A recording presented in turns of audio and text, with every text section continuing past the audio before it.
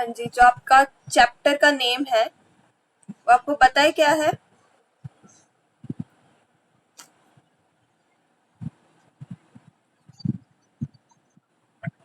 मुद्रा का विकास नहीं, चैप्टर का नाम है एक आधुनिक अर्थव्यवस्था में मुद्रा। ठीक है, कि मनी जो मॉडर्न इकोनॉमी में मनी कैसी होती है। अच्छा, तो मुद्रा से आप लोग क्या समझते हैं? मनी क्या होती है, बताओ। मुद्रा क्या होती है? चलो सुनो, मनी होती है जिसको हम as a medium of exchange use करते हैं। मीडियम ऑफ एक्सचेंज मतलब वितरण करने, विनिमय करने के लिए, ठीक है, एक्सचेंज करने के लिए। जैसे मान लो हमें कोई चीज खरीदनी है, ठीक है, बाजार से कुछ चीज खरीदनी है, तो हम क्या करते हैं, पैसे के बदले हम क्या लेते हैं, वो वस्तु को खरीद लेते हैं। ठीक है, तो पहला पॉइंट क्या है, जो मुद्रा है हमारी, जो मनी है, वो कैसे, क्या यूज है उसका, as a medium of exchange, ठीक है, विनिमय का माध्यम। दूसरा आता है कि मूल्य संचय। मूल्य संचय मतलब स्टोर ऑफ वैल्यू। हम मनी को क्या कर सकते हैं, स्टोर करके रख सकते हैं। ठीक है, फ्यूचर के लिए हम मनी को स्टोर करके रख सकते हैं। फिर है measure of value. Measure of value मतलब, कौन बताएगा मेजर ऑफ वैल्यू का मतलब? माप रख, माप करने के लिए, ठीक है, मापने के लिए। मापने के लिए मतलब इसका मीनिंग क्या होगा, मेजर ऑफ वैल्यू, कि मान लो जैसे किसी भी चीज की हमें वैल्यू पता करनी है, ठीक है, कि ये कितने रुपए की होगी, तो हम मनी की हेल्प से कर सकते हैं। ठीक है, 3 पॉइंट्स क्या होंगे, एक मिनट मैं लिख के बताती हूँ। तो आपके 3 पॉइंट्स क्या होंगे? मनी क्या है, अगर मनी को डिफाइन करना है, मुद्रा को डिफाइन करना है, तो क्या होगा, फर्स्ट तो होगा medium of exchange. Medium of exchange. Second है स्टोर ऑफ वैल्यू, कि हम फ्यूचर के लिए स्टोर करके रख सकते हैं, संचय कर सकते हैं, स्टोर ऑफ वैल्यू। थर्ड है मेजर ऑफ वैल्यू। हाँ जी, आवाज कम आ रही है, एक सेकेंड रुको फिर। अभी आ रही है? अभी ओके, ओके। तो थर्ड है मेजर ऑफ वैल्यू। ठीक है, तो ये तीनों चीजें आपको ध्यान रखनी है, इससे ही आपकी सारी डेफिनेशंस बनेगी। आ रही है ना अब आवाज? क्लियर नहीं आ रही आवाज? क्लियर नहीं दिख रहा? अच्छा, अभी देखो, अभी ठीक है? अभी भी नहीं दिख रहा, अभी देखो। नहीं हो रहा। अच्छा अच्छा, चलो मैं बोल रही हूँ तो वही वही लिखो। ठीक है, बोलती जाती हूँ, वो लिखो।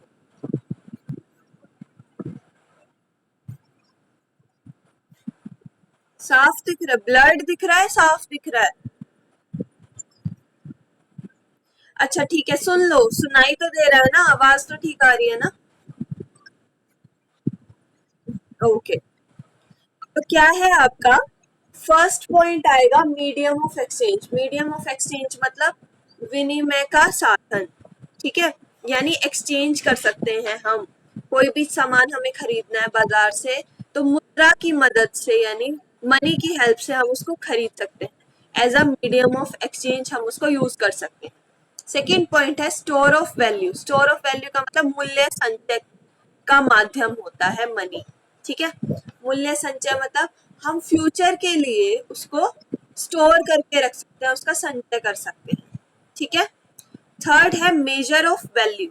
मेजर ऑफ वैल्यू का क्या मतलब होता है, गणना की इकाई के रूप में हम काम ले सकते हैं मुद्रा का। ठीक है, कोई भी किसी भी इकाई को किसी भी, हाँ जी,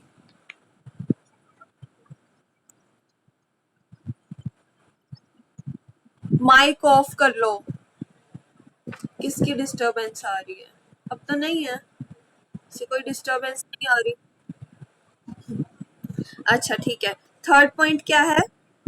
मेजर ऑफ वैल्यू, यानी गणना की इकाई के रूप में हम क्या यूज करते हैं? मनी यूज करते हैं।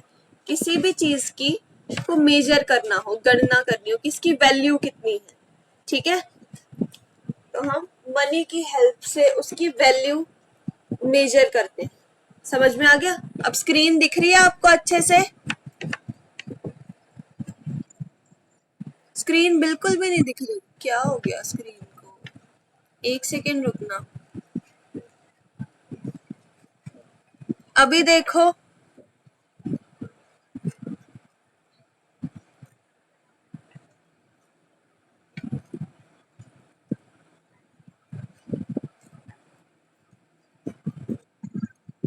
अभी आ रही है? अभी स्क्रीन दिख रही है, देखना।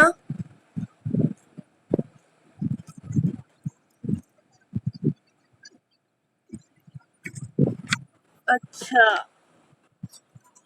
चलो ठीक है, फिर आपकी बुक में देखो। आपकी बुक में क्या है? आपकी बुक में 3 डेफिनेशंस दे रखी हैं, ठीक है। बुक तो सबके पास है ना? आपकी बुक में 3 डेफिनेशंस दे रखी है। पहली है लिप्सी एंड क्रिस्टल की। तो इसमें ये क्या कहा गया है कि मुद्रा एक विनिमय के माध्यम, मूल्य संचय के माध्यम एवं गणना की इकाई के रूप में काम करती है। यानी मनी कैसे काम करती है? मनी जो है वो विनिमय का साधन बनती है, ठीक है, विनिमय का के माध्यम के रूप में काम करती है, मूल्य संचय के माध्यम के रूप में काम करती है और गणना की इकाई के रूप में काम करती है।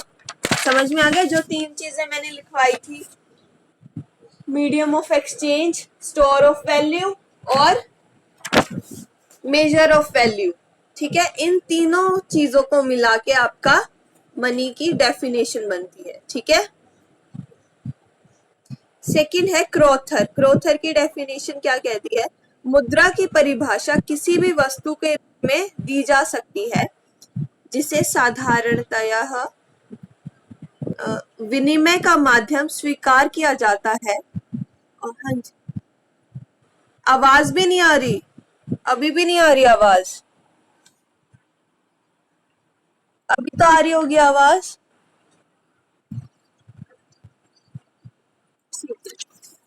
ठीक है, तो क्रोथर क्या बोलता है? आपको क्रोथर कहता है कि मुद्रा की परिभाषा किसी वस्तु के रूप में दी जा सकती है, ठीक है, यानी हम मनी को एज अ कोमोडिटी यूज कर सकते हैं, वस्तु के रूप में हम मनी को यूज कर सकते हैं, मुद्रा का प्रयोग कर सकते हैं, जैसे जिसको विनिमय का माध्यम स्वीकार किया जाता हो, यानी जिससे हम एक्सचेंज कर सकते हो, विनिमय कर सकते हो, ठीक है। दूसरा, मूल्य के मापक और मूल्य संचय का काम करती हो, ठीक है, वही तीनों चीजें जो मैंने लिखवाई थी, मीडियम ऑफ एक्सचेंज यानी विनिमय का माध्यम, स्टोर ऑफ वैल्यू मूल्य संचय का माध्यम और मेजर ऑफ वैल्यू, ठीक है, यानी मूल्य के मापक का माध्यम।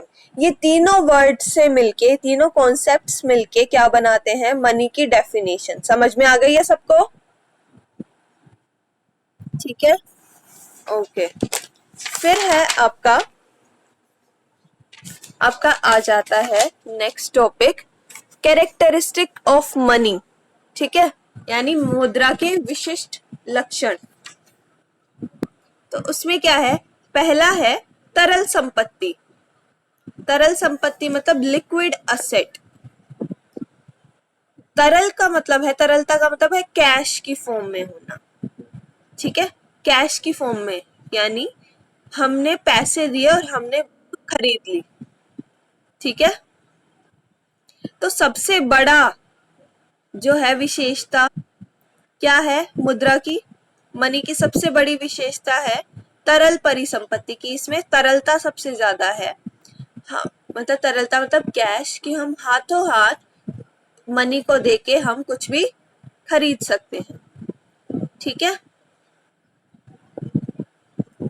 सेकंड है आपकी सामान्य स्वीकृति यानी जनरल एक्सेप्टेबिलिटी।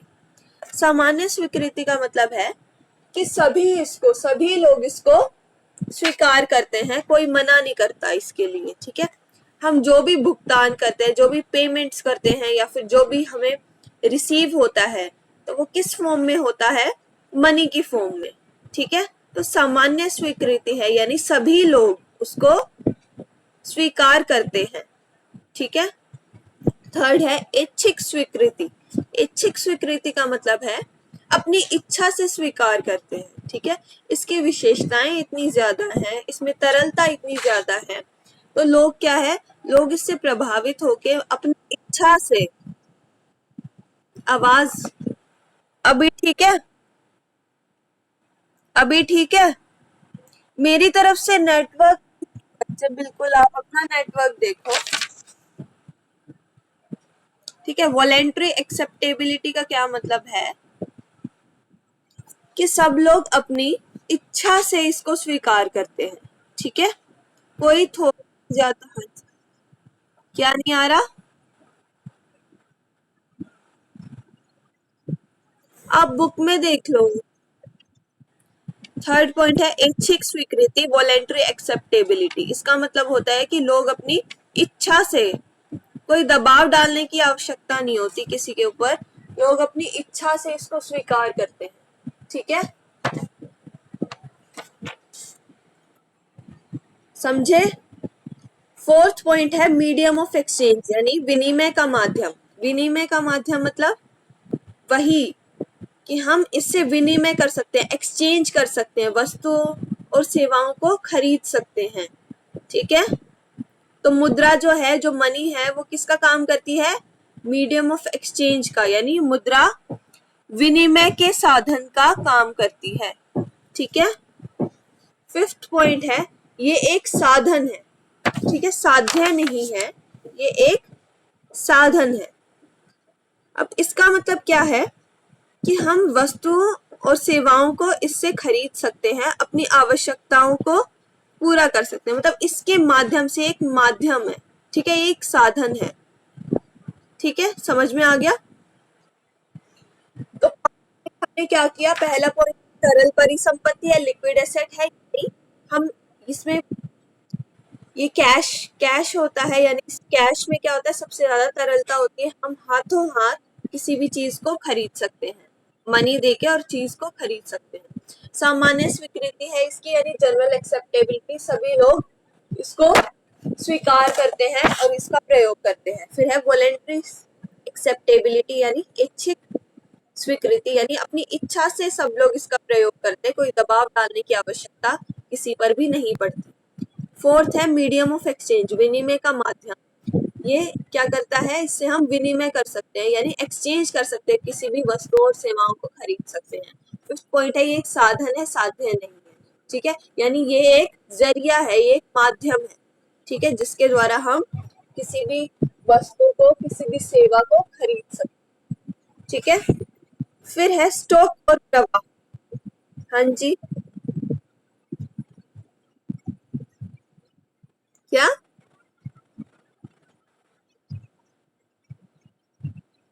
हाँ जी,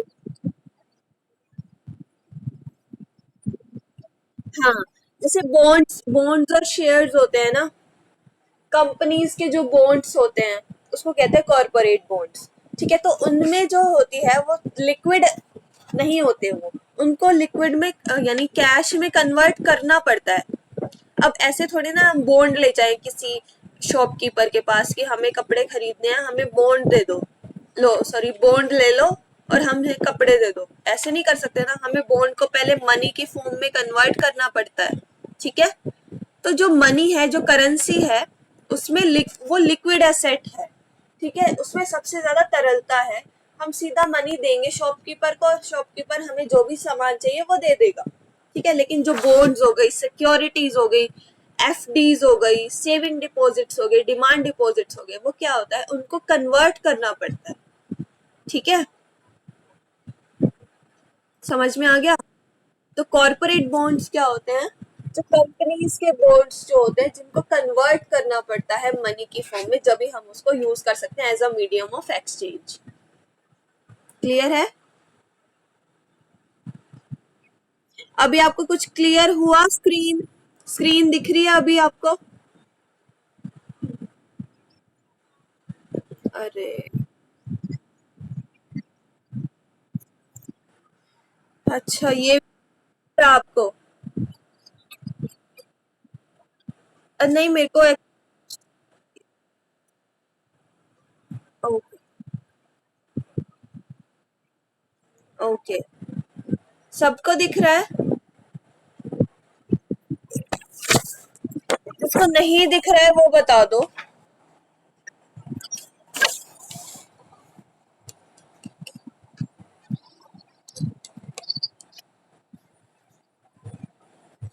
स्टॉक और फ्लो दो कॉन्सेप्ट्स हैं, ठीक है? फ्लो क्या होता है? फ्लो मतलब बहाव, प्रवाह, ठीक है? तो जो स्टॉक होता है वो क्या होता है? जो भी चीज हम मेजर करते हैं, which is measured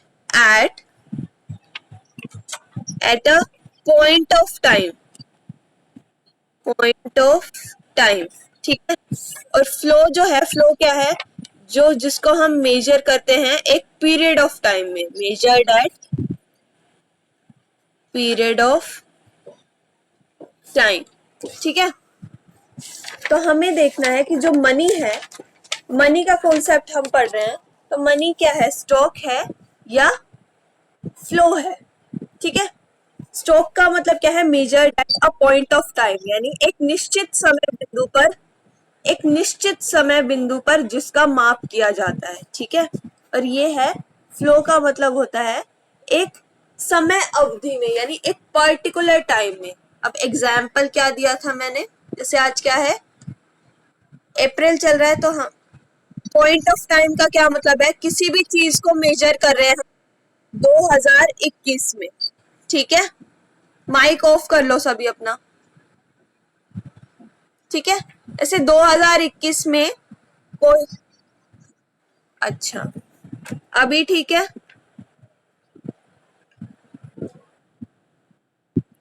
okay okay okay okay. Stock क्या है फिर? स्टॉक का मतलब है जैसे हमने कोई भी चीज जो है, कोई भी वस्तु को मापा 2021 में, ठीक है? तो 2021 में हम कभी भी माप सकते हैं, कोई को किसी भी महीने में, किसी भी दिन में, किसी भी टाइम पे, ठीक है? और पीरियड ऑफ टाइम का मतलब है बिल्कुल निश्चित समय अवधि, ठीक है? यानी हमने क्या किया? 27 अप्रैल को हमने क्या किया? 2021 को किसी भी चीज को मापा, ठीक है? तो ये क्या हो गया? पर्टिकुलर टाइम बता दिया, बिल्कुल एग्जैक्ट समय अवधि बताई, ठीक है? एक तो ये बता दिया कि साल में कभी भी कर सकते हैं, एक बिल्कुल एग्जैक्ट डेट बताई, टाइम बताया और साल बताया, ठीक है? तो स्टॉक और फ्लो में डिफरेंस पता चल गया सबको? ओके। तो जो हमारा मनी है, मनी जो है वो स्टॉक है। मनी क्या है? स्टॉक है। मनी को हम क्या करते हैं? हर रोज थोड़ी ना मेजर करते हैं। मुद्रा को हम रोज रोज नहीं मापते, साल में एक बार मापी जाती है, या महीने में एक बार, या 6 महीने में, 4 महीने में एक बार, ऐसे होता है, ठीक है? अब जैसे प्राइसेस है, कीमतें हैं, कीमतें क्या है? बार बार चेंज होती रहती है, तो ये फ्लो है। डिमांड क्या है? डिमांड भी चेंज होती रहती है, तो डिमांड क्या है? फ्लो है। सप्लाई जो है, मनी सप्लाई, मनी किसी भी चीज की सप्लाई, किसी भी प्रोडक्ट की सप्लाई, सप्लाई हम एकदम से नहीं बढ़ा सकते, ठीक है? ना ही कम कर सकते, ना बढ़ा सकते, तो इसीलिए सप्लाई क्या है? एक स्टॉक कॉन्सेप्ट है। समझ में आ गया स्टॉक और फ्लो? मेंशन की गई हो, हाँ जी।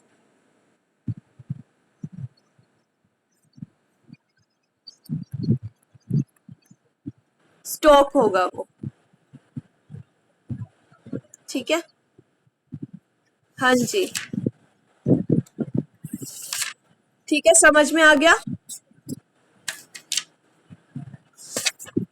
ओके ओके, ठीक है। फिर हमने क्या पढ़ा था?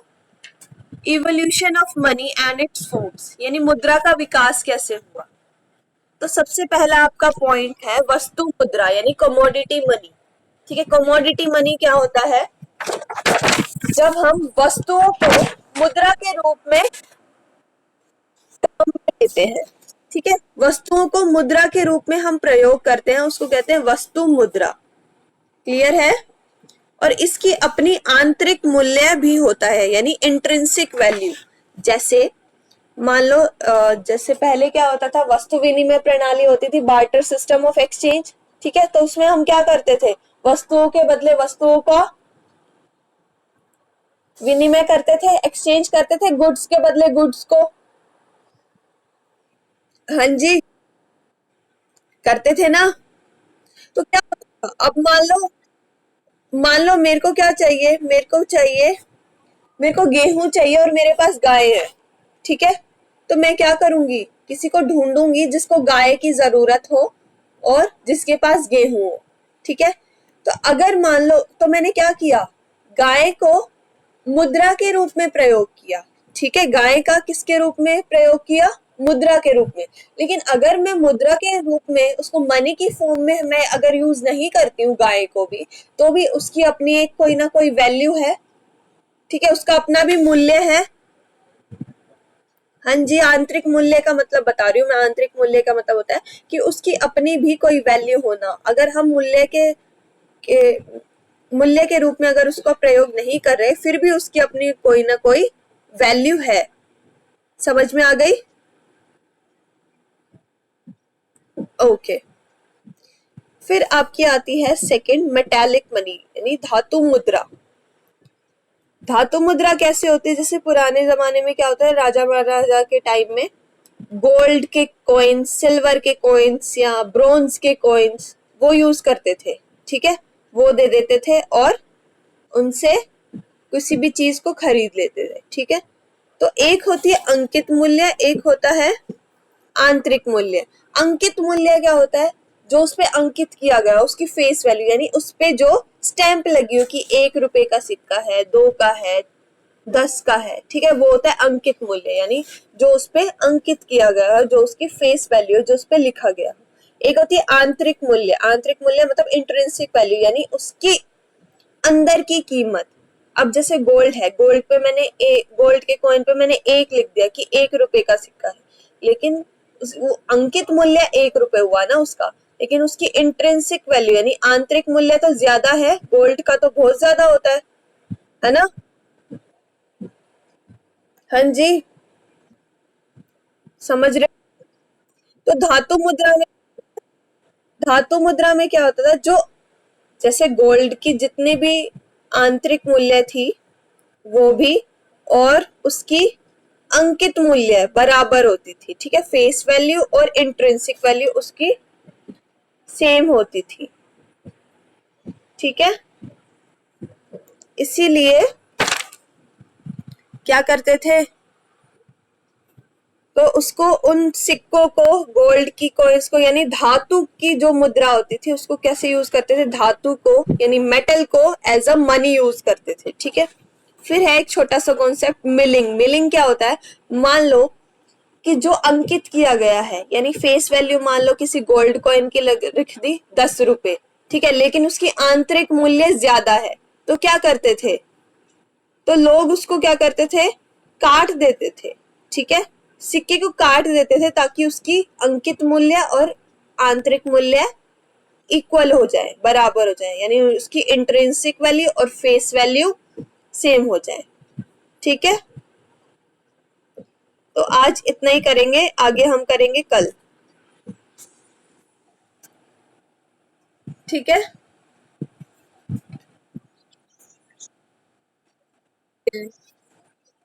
ओके, फिर कल करेंगे आगे। कल करते हैं। ठीक है, फिर कल मिलते हैं सेम टाइम पे।